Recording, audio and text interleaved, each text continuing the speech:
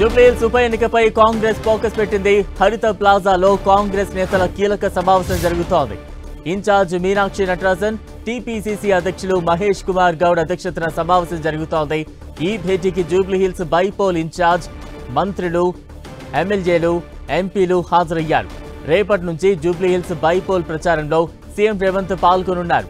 CM ప్రచారం నేపథ్యంలో ఏర్పాట్లు, ప్రచార వ్యూహంపై చర్చిస్తున్నారు.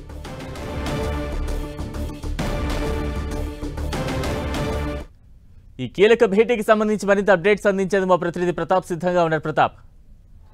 బలరాం, జూబ్లీహిల్స్ ఉప ఎన్నికను కాంగ్రెస్ పార్టీ అత్యంత ప్రతిష్టాత్మకంగా తీసుకుందని చెప్పుకోవచ్చు. పార్టీ అధికారంలో ఉన్న నేపథ్యంలో ఉప ఎన్నికను ఖచ్చితంగా గెలిచి తీరాలని చెప్పేసి గట్టి పట్టుదలతో ఉంది. దీనికి సంబంధించి ఇప్పటికే డివిజన్ల వారీగా మంత్రులకు, ఎమ్మెల్యేలకు, కార్పొరేషన్ చైర్మన్లకు కూడా బాధ్యతలు అప్పగించిన పరిస్థితి ఉంది. అయితే మంత్రులకు సంబంధించి మొత్తం ఈ ప్రచారానికి సంబంధించి దాదాపు 40 మంది తోటి స్టార్ క్యాంపెయినర్లతో ఒక జాబితాను కూడా రూపొందించింది. వారికి కూడా బాధ్యతలన్నీ కూడా అప్పగించిన నేపథ్యంలో వారికి వర్క్ డివిజన్ కూడా చేయడం జరిగింది. దీనికి సంబంధించి ప్రచార శైలి కానీ, అదేవిధంగా ఎక్కడెక్కడ ఎలాంటి పరిస్థితులు ఉన్నాయి, పరిణామాలు ఉన్నాయి, దానికి సంబంధించి కూడా సర్వేల ఆధారంగా కూడా వ్యూహాలను అనుసరించాలని చెప్పేసి భావిస్తుంది. అందులో భాగంగానే ఇప్పుడు హరిత ప్లాజాలో ఇన్ఛార్జ్ మీనాక్షి నటరాజన్, అదేవిధంగా పీసీసీ చీఫ్ మహేష్ కుమార్ గౌడ్తో పాటు ఎవరెవరికి బాధ్యులుగా ఉన్నారో జూబ్లీహిల్స్ ఉప ఎన్నికకి సంబంధించి మంత్రులు కానీ, ఎమ్మెల్యేలు కానీ, కార్పొరేషన్ చైర్మన్లు అందరినీ కూడా పిలుచుకోవడం జరిగింది. వారితో అంతా కూడా ప్రచారానికి సంబంధించిన శైలి కానీ ఏ విధంగా జరుగుతుందనే దానిపైన కూడా డిస్కషన్ చేస్తున్నారు. ముఖ్యంగా దీనికి సంబంధించి కూడా ఇక్కడెక్కడ ఎలాంటి వ్యూహాలు ఉన్నాయి, ఏ విధంగా చేయాలనే దానిపైన కూడా ప్రధానంగా ఫోకస్ చేస్తున్న పరిస్థితి. రేపటి నుంచి సీఎం రేవంత్ రెడ్డి కూడా జూబ్లీహిల్స్ ఉప ఎన్నికకి సంబంధించి కూడా ప్రచారం చేయబోతున్నారు. రేపు భారీ బహిరంగ సభ, తర్వాత 4 రోడ్ షోలు ఉంటున్నాయి కాబట్టి ఆ రోడ్ షోలకు సంబంధించి అక్టోబర్ 30, 31న 2 రోడ్ షోలు, అదేవిధంగా 5, 6న కూడా 2 రోడ్ షోలు ఉంటున్నాయి కాబట్టి ఈ రోడ్ షోలకు సంబంధించి కూడా ఎక్కడెక్కడ చేయాలి, ఏ విధంగా చేయాలి దానికి సంబంధించి కూడా దానికి ప్రణాళికలు రూపొందిస్తున్న పరిస్థితి. మిగతా దానికి సంబంధించి కూడా మంత్రులు కూడా ఏ టైంలో ఎవరు రావాలి, ఏ విధంగా ప్రచారాన్ని ఈ విధంగా తీసుకెళ్లాలని దానికి సంబంధించి కూడా డిస్కషన్ చేస్తున్న పరిస్థితి. ఇప్పటికే మంత్రులంతా కూడా విస్తృతంగా పర్యటనలు చేస్తున్నారు కాబట్టి మార్నింగ్ కానీ ఈవినింగ్ కానీ ఎవరెవరికి ఏ విధంగా వీలవుతుందో ఆ విధంగా చేస్తున్న పరిస్థితి ఉంది కాబట్టి ఇప్పుడు వరకు ఉన్న దానికి సంబంధించి ఎటువంటి సిచ్యువేషన్ గ్రౌండ్లో ఉన్న దానిపై సంబంధించి కూడా పార్టీ అధిష్టానానికి నివేదిక ఇచ్చేందుకు కూడా ఇన్ఛార్జ్ మీనాక్షి నటరాజన్తో కూడా భేటీ కావడం జరిగింది. దీనికి సంబంధించి ఖచ్చితంగా గెలిచి తీరాలని చెప్పేసి గట్టి పట్టుదలతో ఉంది కాబట్టి ఇప్పటికే అభివృద్ధి కార్యక్రమాలకు సంబంధించి 150 కోట్లకు సంబంధించిన పనులన్నీ కూడా వాటిని అన్నిటి కూడా లాంచ్ చేయడం జరిగింది కాబట్టి ఆ ప్రారంభం చేసిన పనులకు సంబంధించి కానీ వీటితో పాటు ప్రభుత్వం ఈ 2 సంవత్సరాల్లో చేసిన ఏవైతే సంక్షేమ పథకాలు ఉన్నాయో వాటిని అన్నిటి కూడా జనంలోకి తీసుకెళ్లాలి. నెక్స్ట్ ఏ ఇష్యూస్ ఉన్నాయో వాటిని అన్నిటి కూడా ఐడెంటిఫై చేసి ప్రభుత్వం ఉంది కాబట్టి వాటిని అన్నిటి కూడా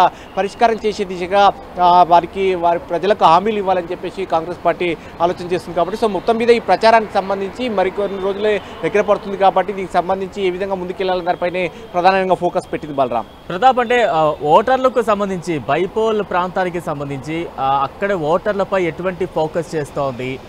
మరోవైపు స్థానిక సమస్యలను ఏమైనా గుర్తిస్తూ ఉందా? మరోవైపు సీఎం ప్రచారంలో పాల్గొని ఉండడంతో ఎటువంటి జోష్ కాంగ్రెస్లో కనిపిస్తూ ఉంది?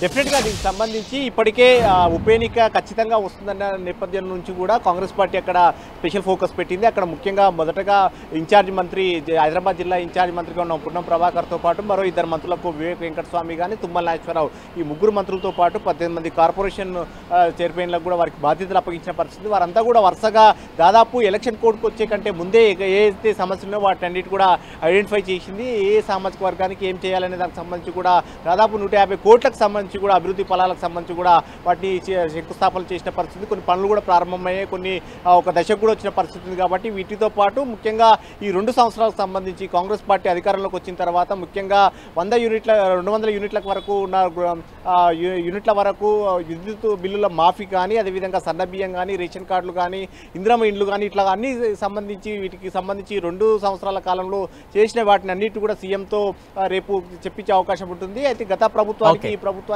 కంపారిజన్ చేస్తూ కూడా వాటిని హామీలకు సంబంధించి ముఖ్యంగా జూబ్లీహిల్స్ నియోజకవర్గానికి సంబంధించిన సమస్యలు ఏవైతే వాటిని అన్నిటి కూడా సీఎం వరాల జల్లు కులిపించే అవకాశం ఉంటుంది. Balaram, right, thank you Pratap.